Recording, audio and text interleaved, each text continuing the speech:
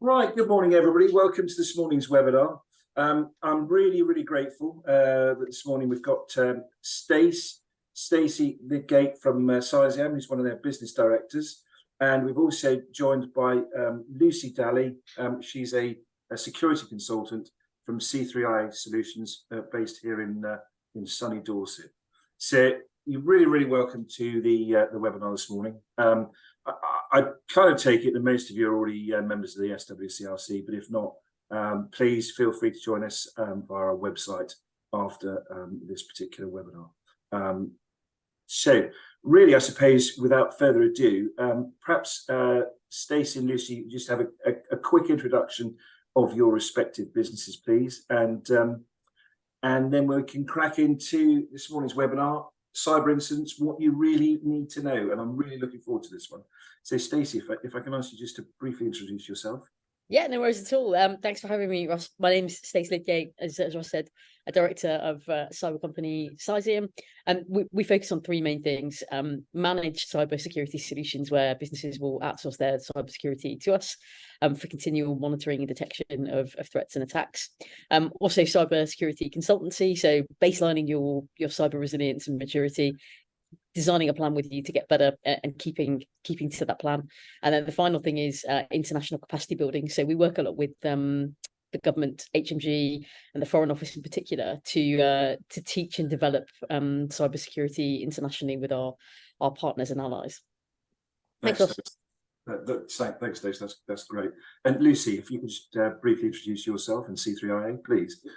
Yeah, thanks, Ross. Hi, everyone. I'm Lucy. I'm a security consultant at C3IA Solutions. Our head office is in Poole, but we do work all over the UK. Most of us are remote. It's a national cybersecurity centre certified cybersecurity consultancy, and I've been full-time there since 2020. But prior to that, I studied cybersecurity management at Bournemouth University from 2016 to 2020, and I had a bit of a placement at C3A Solutions from 2018 to 2020. So I've stayed in Dorset, but yeah, we are all over the UK, really. Fantastic, thank you, Lucy. Right, without further ado, then I'll bow out, and the stage is yours. Great. I don't know about bowing out, Ross. We're relying on you to ably drive the slides for us. So I'll be in the background stage. Don't worry. Next slide, please, if you don't mind. It's a throwback to COVID. Next slide, please. So you've had an introduction to both of us. Stacey and Lucy will be your double act for today. Next slide, please, if you don't mind, Ross. So what we wanted to focus on today was what happens if you are the victim of a cyber incident, unplanned, and surprise. How do you deal with that? What are the things that you need to keep in mind? Delve into a little bit around what the threat is like. So Lisa's going to take us through some statistics around what does the kind of threat in the UK look like, and what are the stats. How do you become more cyber resilient? So some top tips to be able to kind of look at what's going on in your organizations and make sure that you can really make some things stronger and resilient. And then we'll try and leave about 10 minutes or so at the end for questions and answers. If you do have questions as we go through, I think what I'd said to Ross is if you whack them in the chat, he can keep an eye on those, and if it's right time to kind of interject, then we'll stop and answer those as we go along. But we'll definitely need some time at the end for a Q&A. Thank you very much. Okay, so it's the screen that none of us ever want to see, I think, next. Your system is encrypted. So there are many versions of this type of screen, but this hopefully kind of sets some hairs running and brings up a little bit of dread in people's stomach. It's like, what do you do if you get this type of screen? And Ross, if you just click through the next types of screens, what happens if, even worse, you've got no access to your systems and applications that you would normally use? What have you been the victim of ransomware? And if your data has been stolen and that has been published on social media, ransomware kind of criminals are saying that they've got you and they're threatening to publish those types of files. And the next slide as well, Ross. And what happens if you're faced with that kind of countdown that says, unless you pay this kind of thing, we're going to release maybe sensitive data, personal identifying data, anything. The worst possible thing for any kind of organization to encounter. Reputational damage, it could mean fines, it could mean operational downtime. So if you're a business that relies on your systems and applications to work, it could be awful, could be damaging. And I was at a conference with Lucy and Ross last week down in Taunton, where we heard some real horror stories about cyber attacks these days can be the difference between businesses, you know, surviving, not just a little interruption to what happens, but it can literally be the difference between bankruptcy or not. So what we wanted to do today is give you some top tips around, if you're faced with any of those things, what do you do? So the do's. Ross, next slide, please. So please make sure that you've thought about your incident response plans and instigate them, like get them going, get them up and running. If you don't have them, there are some things that you can do. If you're a member of the CRC, fantastic, give them a call and help. If you've got cyber providers like C3AI and Cesium on the books, phone them immediately. Most people that will be providing these types of responses will have a kind of agreement to give you that type of service within 15 minutes to an hour if you're in an incident scenario. Police are really important. 101, that's normally the first point of contact. They can talk you through then any contact with regional policing and any kind of support that you can get from your regional police forces. But a cyber attack is a kind of criminal matter, and it should be reported. Other thing that you need to think about, your cyber or crime insurance provider. So one of the top tips that we always say is make sure you've got that number to hand, make sure that you've got your policy number to hand as well. So, you know, worst case, you're keeping it on the computer somewhere and you can't get hold of it, make sure it's really easily accessible. We know that pen and paper sometimes is a little bit au fait, but in the worst case, who's got access to those details? How accessible is it? Don't forget that you might need to call them when you can't access your computers and systems. Biggest thing, stay calm, act rationally, and don't do anything that might jeopardize stuff in the future. We'll come on to the don'ts. Reporting wise, I mentioned 101 for the police. Other people that you are definitely going to need to think about, the NCSC, so the National Cyber Security Centre. They've got dedicated web pages that you can access that you might not want to do in the heat of the moment, but certainly will be able to kind of guide you through some things. Action fraud is another place that you're going to have to think about. And if data has been stolen, there is a 72-hour window that the Information Commissioner, the ICO, will give you to be able to report that kind of data breach. So it's not necessarily something that you need to report instantly, but you have got a window of 72 hours. A lot of the time we would recommend to people, even if you think that some data may have gone, it's worth having liaise with ICO as one of the first things that you do. But again, your cyber insurer or any cyber supplier that you've got will normally talk you through a lot of those things. Thanks, Ross. The don'ts. So don't try and hide it. The best way to get through this is being open, honest, transparent. One of the biggest things that we always talk to a lot of our clients about is that immediate response. I think if people have panicked, we've often seen before plug sockets kind of pulled out of walls or power supplies to computers turned off. That's one of the worst things that you can do. What a forensic expert and a lot of cyber experts will need is a live computer running with all the memory kind of safe and in a good state. That's where they can do a lot of those investigations from. So the advice that we would always give is to isolate. If you can disconnect it from a network, if you can put a device into flight mode, if it's a telephone or something like that, if you can disconnect a network cable, that's what we would always advise. But don't turn off anything from the power. That can often cause more problems than good.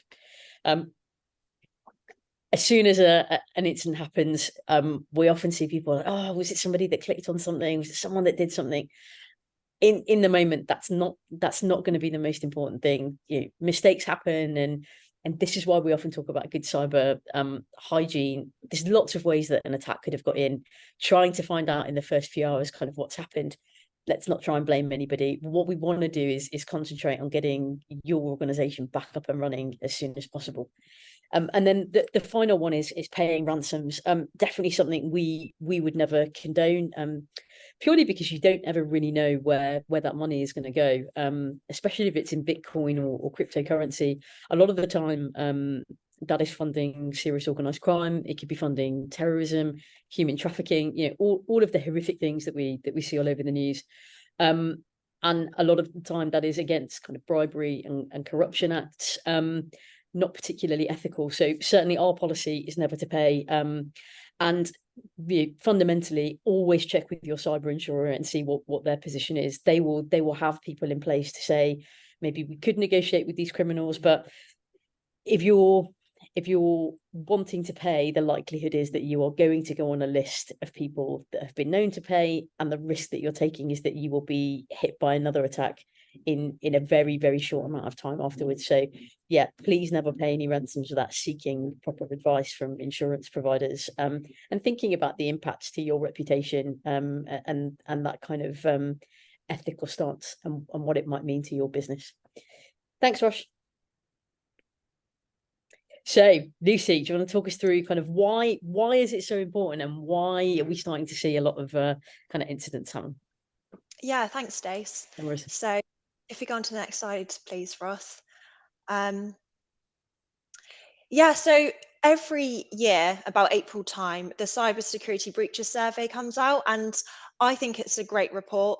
It always shows you like the latest threats and trends. So as you can see here, probably of literally no surprise, phishing attacks is the #1 identified, the most common types of breaches that people notice in their organizations.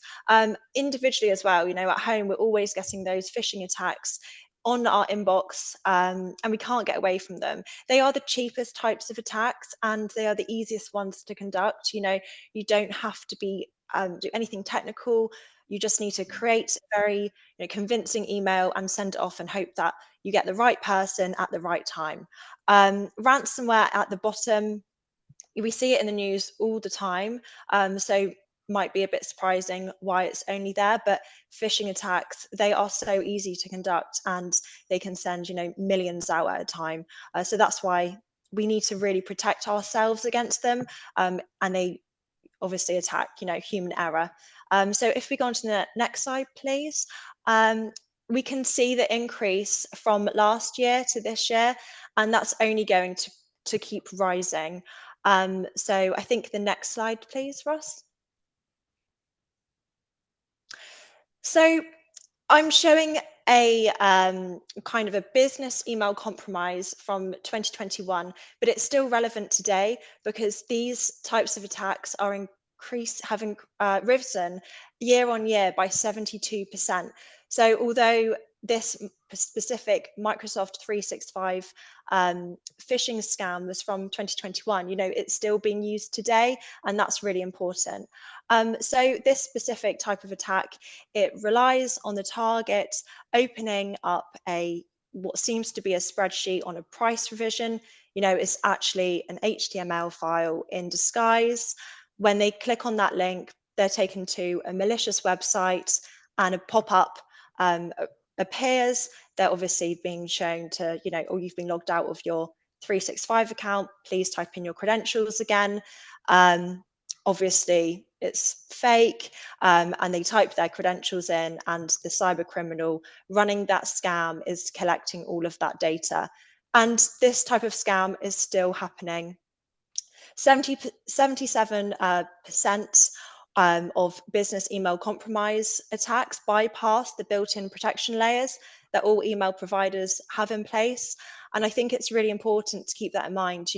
They can bypass these protections. So what we need to do at our end is protect our employees, and they're trying to get at the human error. They're trying to manipulate us, and unfortunately it works. So we need to protect ourselves just as much as we're protecting our technical security. 28% of these attacks are opened by our employees, and a massive 15% of them are actually replied to. So it's really important that we do protect ourselves. If we can go to the next slide, please. So here is a type of phishing email. This might be more of a standard one. You might have seen things like this in your inbox.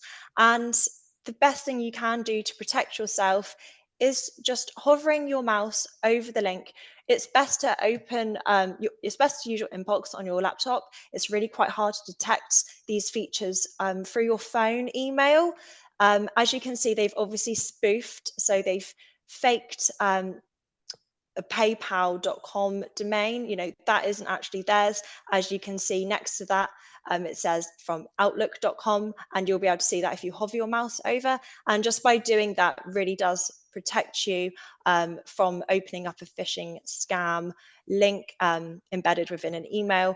Obviously, nothing is that urgent take a step back, really think about it, try not to panic, because these emails may look so convincing. And I think the next example shows a phone number. So not only do they try and get you to open an attachment or click on a link, they might tell you to ring a number. Don't do that, obviously. If you're not sure, maybe contact your bank, for example, separately by the actual number, and just, try and look out for these signs. If it's urgent, if they're making you try and do something, if they're saying, dear customer, it's most likely, going to be a scam, and they should probably refer to you by your actual name, things like that. So if we go to the next slide, please. So Stacey will talk about this a bit later, so I'm not going to talk about it too much, but I think it's quite shocking. This graph here shows that actually 21% of businesses have a formal incident response plan in place, which is crazy in a sense, because it's inevitable that we are going to be,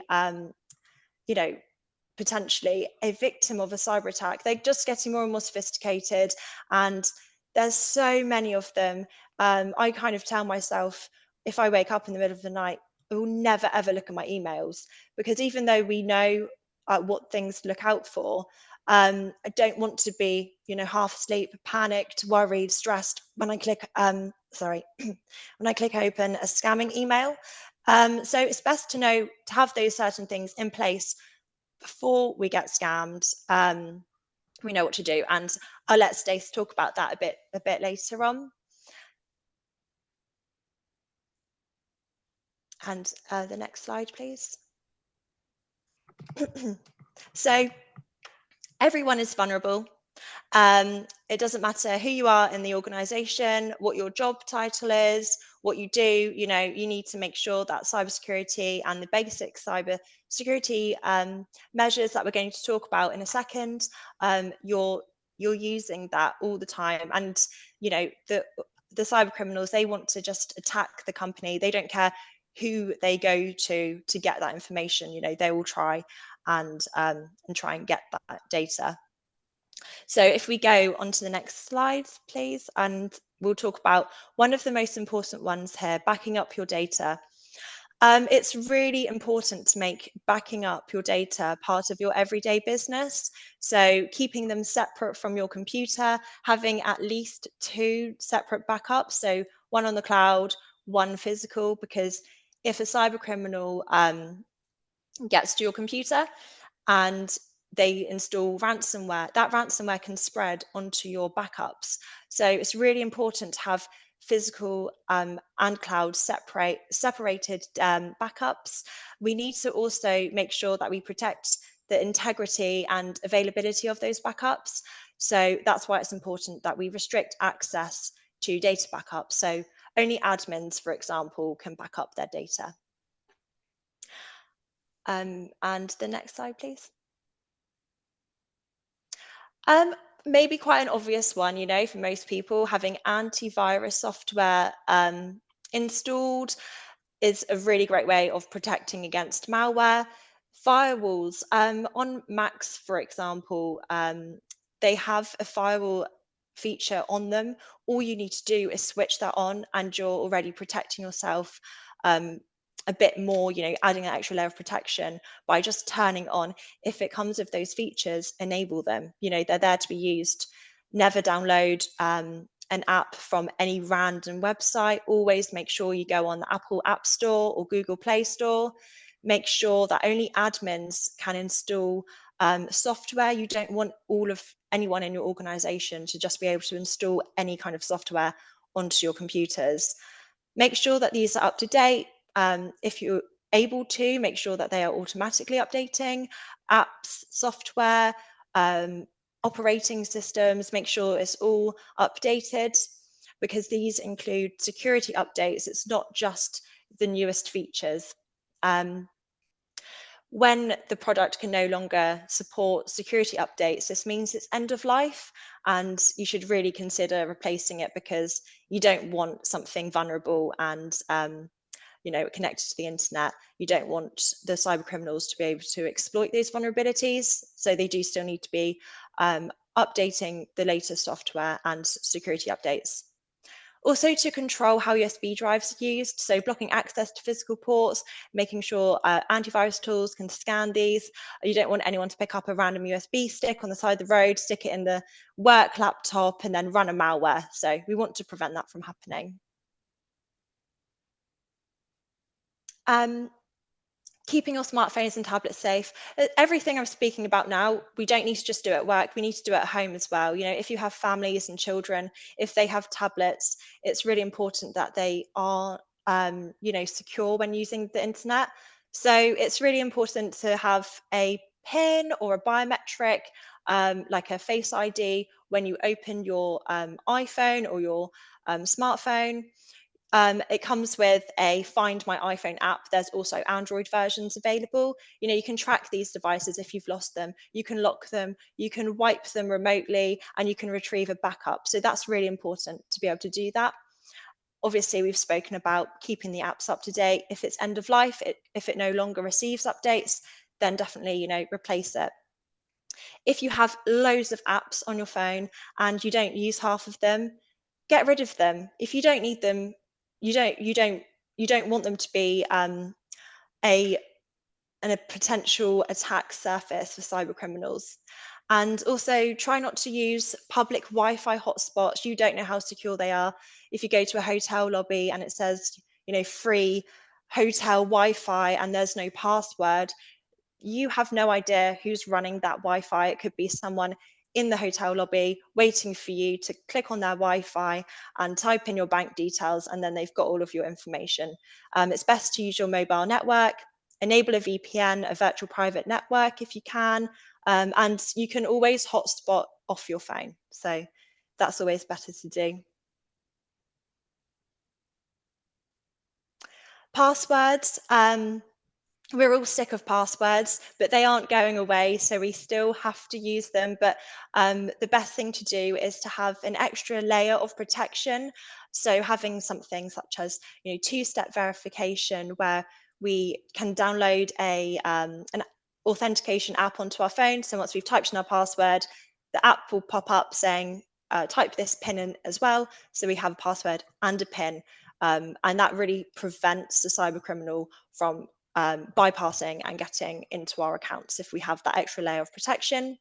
The NCSC have suggested that the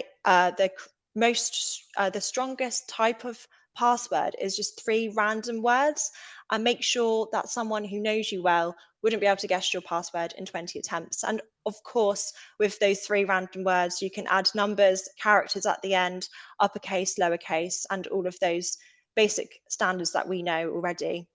Obviously, never use the same password across accounts.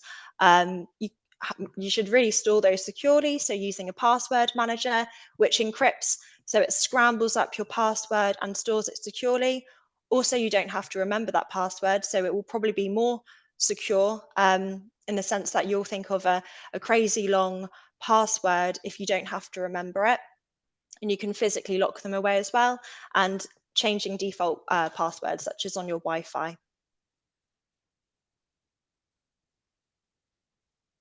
So as we've spoken about phishing, they use your publicly available information online. So it's really important to think about what you do post. You don't have to delete all of your social media accounts, but it's really important to know that you should think about what you post before you post it. Make sure certain things are, private and not going out to everyone. If you're on holiday, that's great. Have a good time, but maybe post about it when you get home. You want to also think about your physical security at home, and not just, your online security. It kind of all links together. Block when necessary, and never accept connections from people you don't know, because anyone can make a fake profile and pretend to be a recruiter, for example.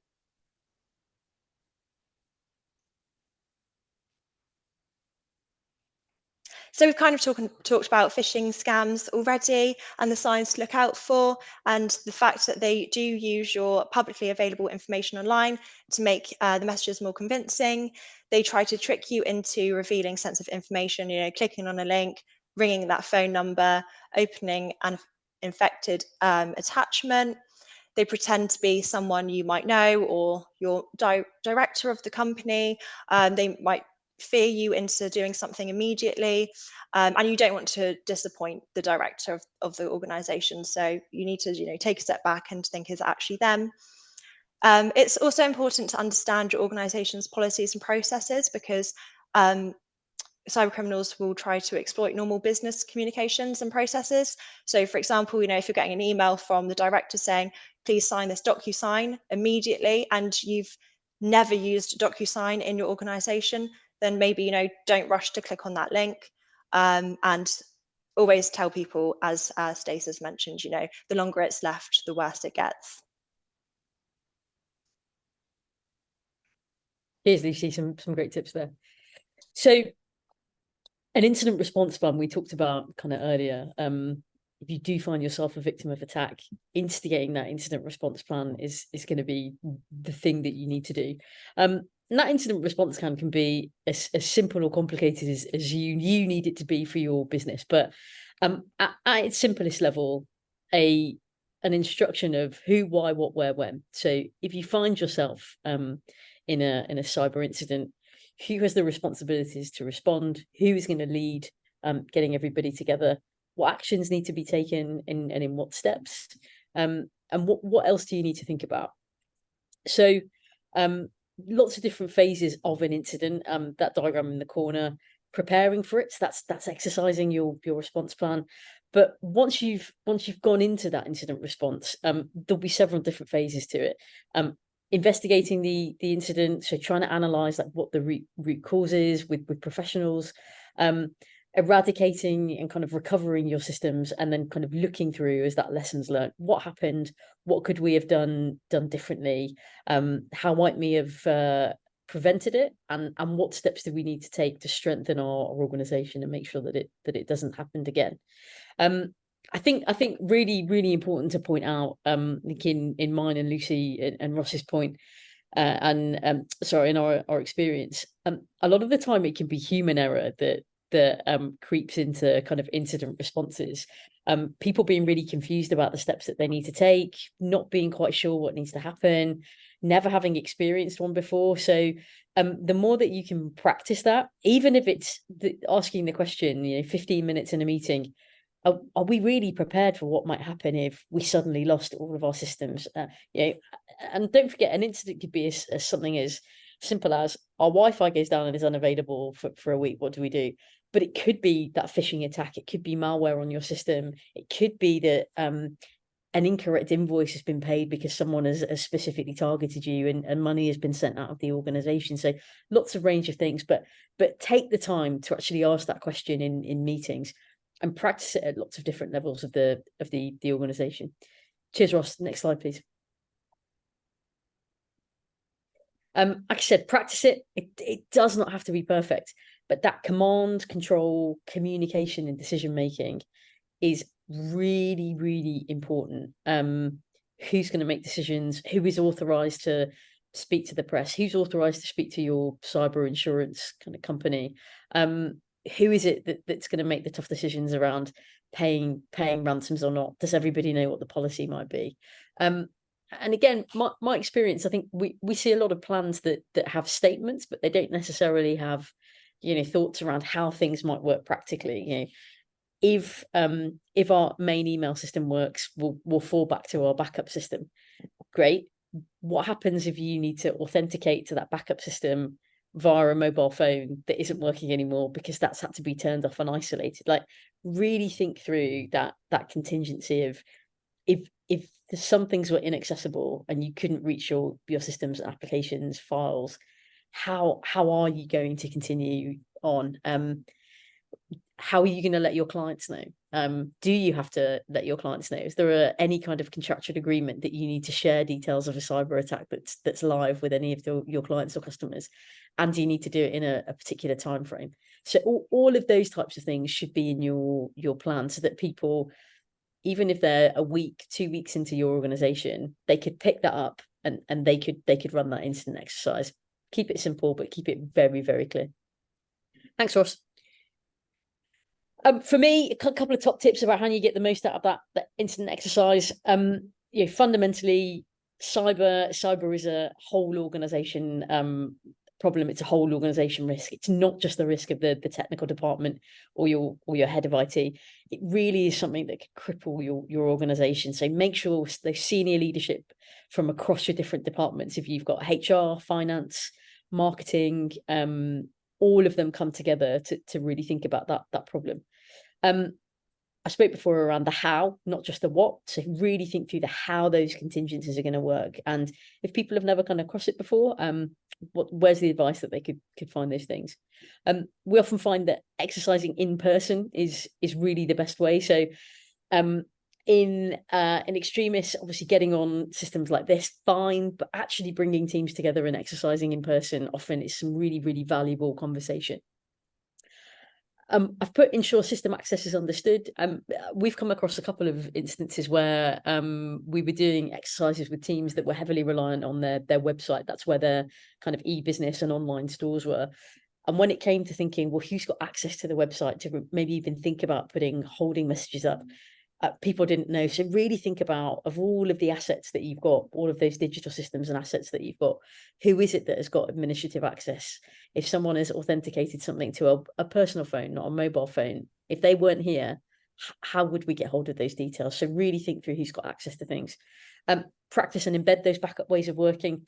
And again, the templates there, if you have to do any kind of communication statements, you might have a cyber insurer that will lean in and help you with things like PR, but you might not. So it's definitely worth checking the types of services that are in your cyber insurance, if you have it, to see where they will provide help and advice.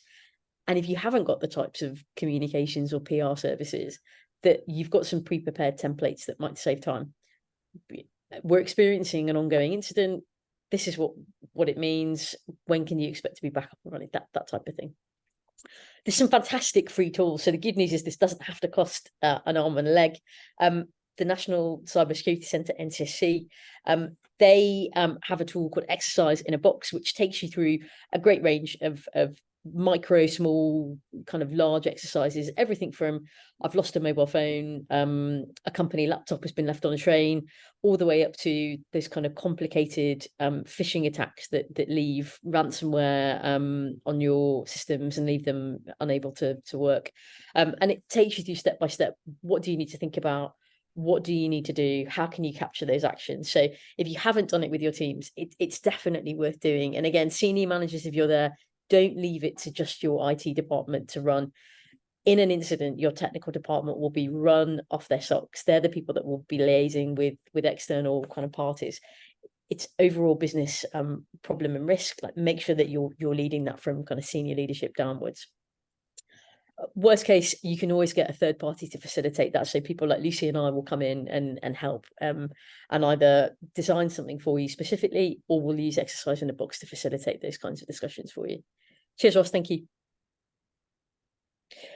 So I suppose like biggest recommendation, invest in your cybersecurity. The stats that we were reading about and from Lucy's research, average cost of a UK data breach can be anywhere from around about 70,000 up to 3.4 million pounds.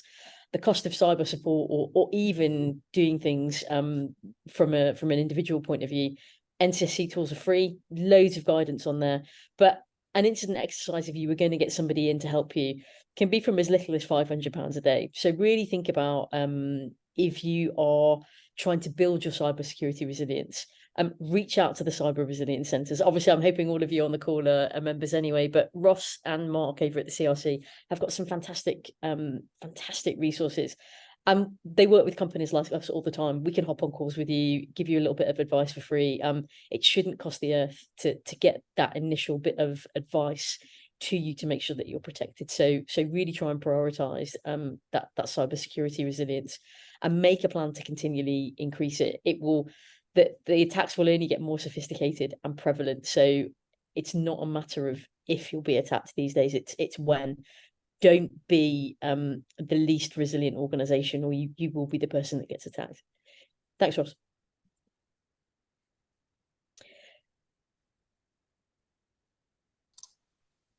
Yeah, really, really great stuff, Stace. As we've mentioned, recommendations, backups, so regularly backup, store those separately, so physical and the cloud, and make sure that we're protecting from malware, so antivirus patching, so making sure we're doing those updates and enable that firewall if it's there, and have a firewall for sure. Protect yourself from the internet. Securing your devices, so again, security updates, biometrics, so Face ID, password protection, multi-factor authentication, so having a PIN and a password, and also changing those default passwords on your Wi-Fi, for example, avoiding phishing attacks. So look out for those signs we spoke about, and check your digital footprint. So look at your privacy settings. Do you know that person you've just connected with on LinkedIn? No, get rid of them. You don't know who they are behind these accounts. Instant response plan is what Stace has just been talking about. Write it and practice it and make sure you have one in place. And here is also another great free National Cybersecurity Centre cyber action plan, which you can use if you're a small organization. Individuals and families can also use it. Takes you through a very quick kind of multiple choice questionnaire, and at the end of it you get some recommendations that are very easy to implement and free. So it's definitely worth doing that, just to make sure you have the appropriate cyber hygiene, and you have lots of good, great features for cyber implemented at home and in your organization. Great, thanks, Lucy. I can see there's been a little bit of a flurry of questions that have come through, so I'll try and go through from the top down. What advice are we giving to combat the increase in phishing using QR codes that get users moving away from managed devices? I think for me, all about awareness. So there's a really good couple of case studies that we've certainly highlighted. The car park QR codes is a brilliant one. I mean, it's really simple. How many times do we go onto a car park QR codes to pay kind of bits and bobs like that? So I've seen some really great case studies that certainly we're trying to get out there, and I can see a lot of contemporaries of ours are trying to kind of educate about. And I think that's it. I think it's educate. Don't trust QR codes as much as we maybe did. If you know that you're supposed to use a web page, we always recommend that people search for that specific web page rather than kind of use QR code. Have I encountered any phishing attacks generated by AI? I haven't. Has anybody on the call got any examples of that? I certainly don't, Stacey, but a really good question nevertheless, and doubtless we will come across them in the future. Yeah, and I think the thing certainly that in the kind of phishing world we've seen blogged about prolifically is, given the amount of data that is available on open platforms like LinkedIn, like Facebook, social media, etc., can AI write you the perfect phishing email that is most likely to resonate with you? I think that certainly is the kind of killer question that has been coming out, and how might we kind of then use AI to scan for those types of things in the future. So I haven't specifically. What I will do is go and ask my digital forensics team and see if they've got any specific things. So I'll happily get back to you from Radcliffe. Lucy, do we have IRP templates that can be adapted? Absolutely. I will share those with Ross, and he can get them out to the masses if that's okay. So we've got some really simple ones. And like I say, yeah, your incident response plan might be as simple as, in case of emergency, phone Ross and Mark. It might be as simple as that. It might be, in case of emergency, phone Lucy or cyber insurer. So it can be as simple as complicated as you need it to be. Lucy, I'll ping you one of the questions, so it's not just me chatting. Do online storage services such as OneDrive or Dropbox scan files as they're uploaded? Scan files as they are uploaded.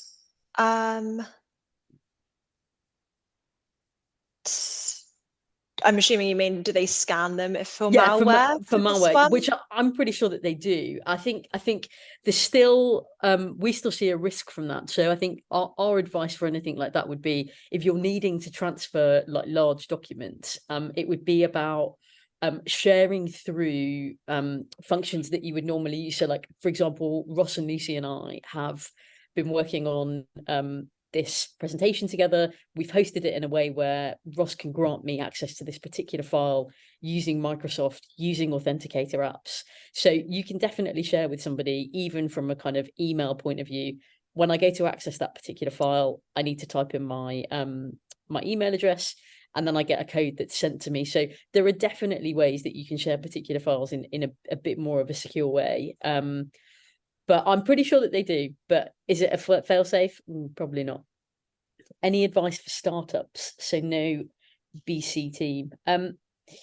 Yeah, I mean, we work with a lot of startups, Sizium and C3IA. We were startups at one time. I think for me, it would be really sit back and think about that holy trinity of cybersecurity. Lucy mentioned a little bit of it earlier. It's the integrity of your data. So how do you make sure it isn't altered? The availability of your systems and what you need, and the confidentiality of your data too. In amongst all of that is, what are your crown jewels? Like, what are the things that you cannot do without? Is it a database? Is it a particular bit of IP? Is it a thing that you do? What is the most important thing that keeps your business going? And what are the risks to it? So that's the first thing. What's the most important thing to us? What risks might we have? Is it our supply chain? Is it our people that might make a mistake?